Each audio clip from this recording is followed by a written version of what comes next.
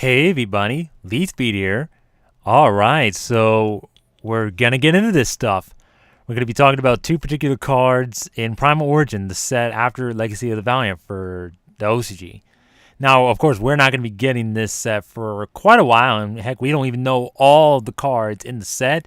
However, Yu-Gi-Oh! Organizations actually spoiled quite a few of them from the set. So, yeah, we could pretty much, do our typical discussion things. I want to focus on two cards particularly because there's a lot of cards that, that could be talked about, but I want to focus on two of them because, well, these are mainly for decks that I do play. So I'm more excited to try these out whenever they're available on Dev Pro and stuff like that. But yeah, that's basically how it goes. So we have Madolche Angelly, and we have Pirika, Lineage of Gusto. So I'll be talking about both these cards, my opinions, reactions, and stuff like that. And I guess get into some basic combo stuff. Because, you guys like basic combo stuff, right? I honestly don't know. I mean, no one seemed to have complained about that so far, but that's neither here nor there. I'll find out eventually. But anyways, let's talk about Angelly first. She is an Earth Fairy effect level 4, 1000 attack, 1000 defense. Her effect is, when this card in your possession is destroyed by your opponent's card, either by battle or by card effect, and sent to your graveyard, shuffle this card into the deck. You contribute this card, special summon one Madolche monster from your deck. It cannot be destroyed by battle. Also, shuffle it into the deck during your next turn's end phase. You can only use this effect of Madolche Angelly once per turn. So, first part, all the main deck Madolches have that clause. When they're destroyed by your opponent's card, they go to the grave and they get shuffled into the deck. Or if you have Madolche Chateau, you can put them in your hand instead. And it activates Madolche Ticket too, but you already know that. I guess the sweet part of the effect is, well, the one where you tribute her off and get a Madolche out of your deck. Now, this works very similar to like Lonefire Blossom or any card like it, but mainly Lonefire Blossom because, well, I'm playing plants right now, so I pretty much make the association with Lonefire Blossom immediately. And she's definitely just as powerful as far as like the combos you can get going with it, so I guess I can explain, the most simple premise, And this is just requiring two cards, both combo pieces can be searched with Madolche Magileine. So, basically, you'd like to have Madolche Mufoi. I've actually heard it's Mufoi, but again, that's just, I don't know. I've heard like pronounced different ways. I just call him Mew for short. So, and that's just how it goes. So you summon Mew, you activate his effect, special summon a Madolche monster from your hand, you special summon Angelly, you activate her effect, tribute herself off, and then special summon a Madolche monster from your deck. You're going to get Hoot Cake with this, mainly. Then you activate Hoot Cake's effect, target a monster, you banish it, and then special summon a Madolche from your deck, except Hoot Cake. And you can only use that effect once per turn. Mainly, you're going to be getting either Madolche Mesengelato. You can also get Madolche Croissant if you have Chateau or Ticket, but this is assuming that you don't have either of them. So you can get Madolche Mesengelato from your deck. So when you special summon, you get a Madolche Sprout Trap as long as you have a Beast type Madolche, which you're basically going to have Hoot Cake and Mew on the field. So you overlay these two for MX Saber Invoker, then you detach Mew from him to special summon another Mesengelato from your deck. Or if you're like me, the oddball, you can also summon Madolche Chevalier because he's also an Earth Warrior type monster that is eligible to be special summoned with MX Saber Invoker. Of course, would I recommend you running this card? I wouldn't, but I would run it just because I'm dumb apparently and I use unconventional cards, but I see the value in this card somewhat. So yeah, that's just my 2 cents on that. And then you overlay the Chevalier or the double Mesengelatos to make Queen Madolche Tiramisu, detach Mesengelato, target. Well, actually, you activate Chateau first before you do any of that stuff. So you detach from Queen Tiramisu, you target the Mesengelato and the Mew, or just the Mew, Then you put them into your hand because of Chateau's effect, allowing you to do so instead of putting them into the deck. And then you could put up to 2 of your opponent's cards into the deck. And if you just happen to have something like Madolche Ticket 2 for some reason, if you have the perfect setup and you have like Ticket 2, you can special summon a Madolche. But without any of that setup, you basically have the Invoker and Queen Madolche Tiramisu play just because you have Angelly and Mew. These are the only 2 you need just for the basic combo. And that's pretty powerful in itself. And obviously, there's a few other things you can do. You could probably use stuff like TG Warwolf and stuff like that. But we're not counting those for this particular combo. I mean, if you add them, you could probably OTK your opponent. But this is just based on just having these 2 cards. And this is basically what you'll end up having. You can have like Invoker and Tiramisu and the Field Spell. So, yeah. And then, of course, the Madolche is back into your hand that you detach for Invoker and Tiramisu. So, you're pretty much set to do it all over again next turn. So, yeah. Pretty powerful combo enabler, much like Lonefire Blossom. In fact, that's why I was kind of nervous about having 2 Lonefire first. Because I can imagine the crazy combos you can do just from having more access to Lonefire or Angelly right off the jump. And she's searchable. And she's a fairy, so if you have Madolche Ticket in play, and if any of your Madolches get shuffled into the deck or they go to your hand, you can activate Ticket's effect to special summon a Madolche from your deck instead of adding it to your hand.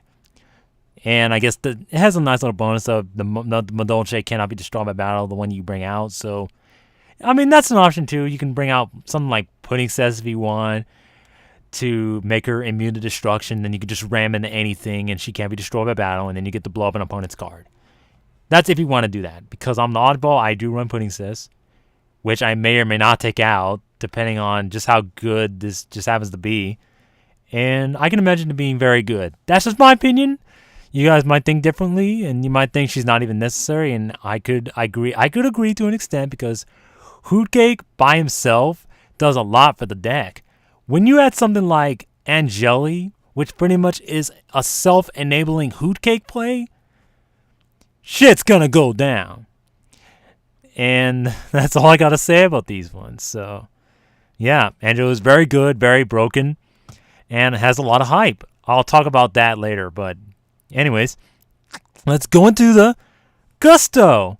Pirika Lineage of Gusto. Now, you have no idea how happy I was when I found out the effect and stuff like that, because I was thinking that it would have to have some kind of effect like that, maybe. Something involving getting a Gusto out to make your freeze plays easier, and this technically did it in a different way than, what I had in mind.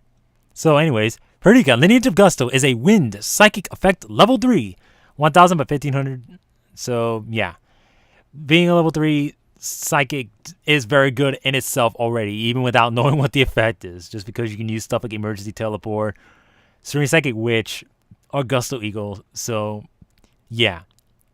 When this card is normal or special summoned, you can target one wind tuner monster in your graveyard, special summon that target, and face up defense position.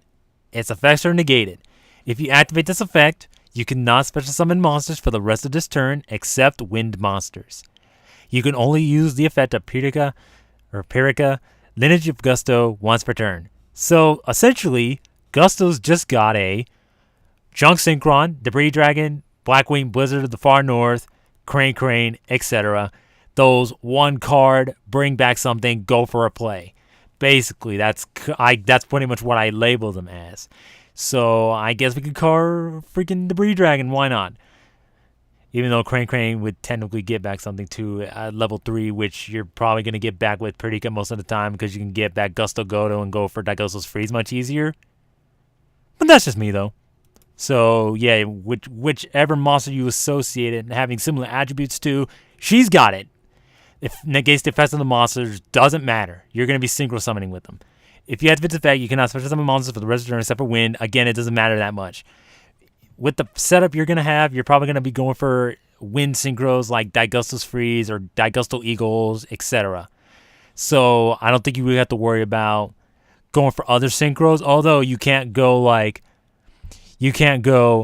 oh, Pirika, summon Debris Dragon, go for Black Rose. Can't do that, because Black Rose Dragon's fire attribute. So you can't do that. Sorry.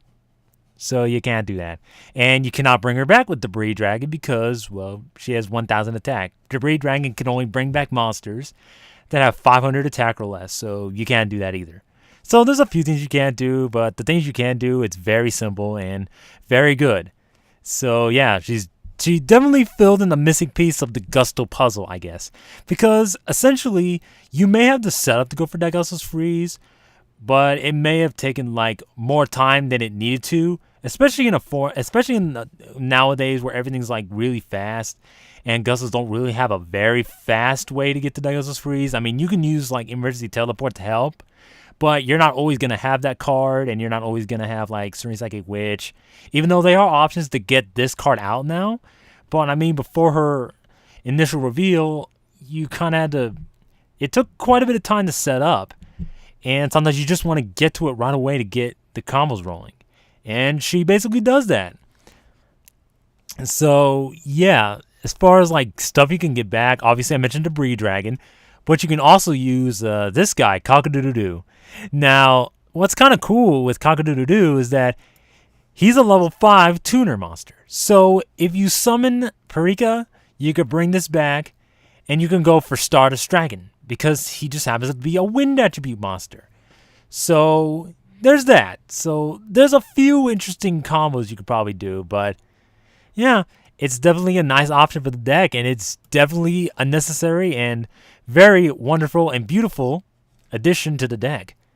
I can't wait to test out this and the new Madolche Angelly. So yeah, like, let me know what you guys think about this kind of stuff, because, you know, I think these cards definitely have a lot of promise.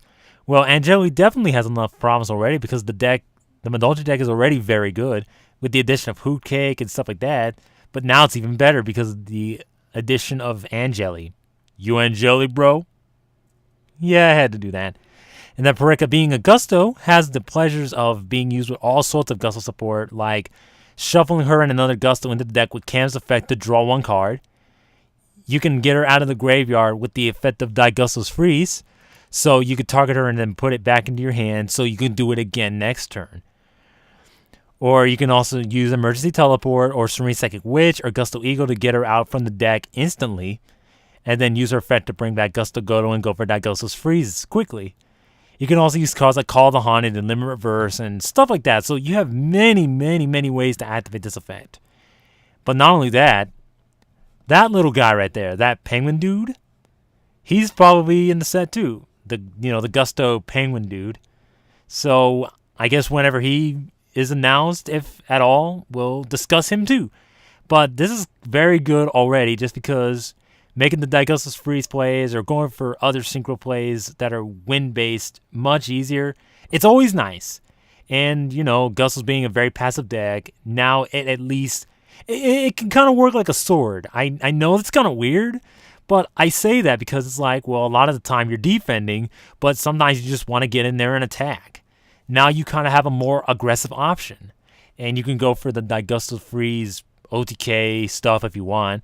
I mean, it's something I've done, but it's not like, oh my god, this is the only thing Gustos do now. But I don't know. That's probably what's going to happen, and I'm going to be like one of those guys that I could go for it, but it's not always necessary. Because you have other support cards that the Gustos have, and that you can use, like Blessings for Gusto and all that stuff. So, yeah. Just some pretty crazy shit. I mean, the Quackimero support's great, and the Scrap Factory card is great. I mean, I would love to see all these archetypes in action one day. So whenever these cards get on Death Row one day, it's definitely worth testing out. See like how they interact with the other cards, with the other archetype, you know, the other cards in the archetype and stuff like that. See what you might have to take out, because you might have to take stuff out depending on what variant of Gusto you play and stuff like that. So who knows? What do you guys think about these cards? I mean, they definitely have a lot of promise, and they're definitely very powerful. And they pretty much add important elements to the deck. So yeah, let me know what you guys think about these, and I will talk to you guys later. Peace.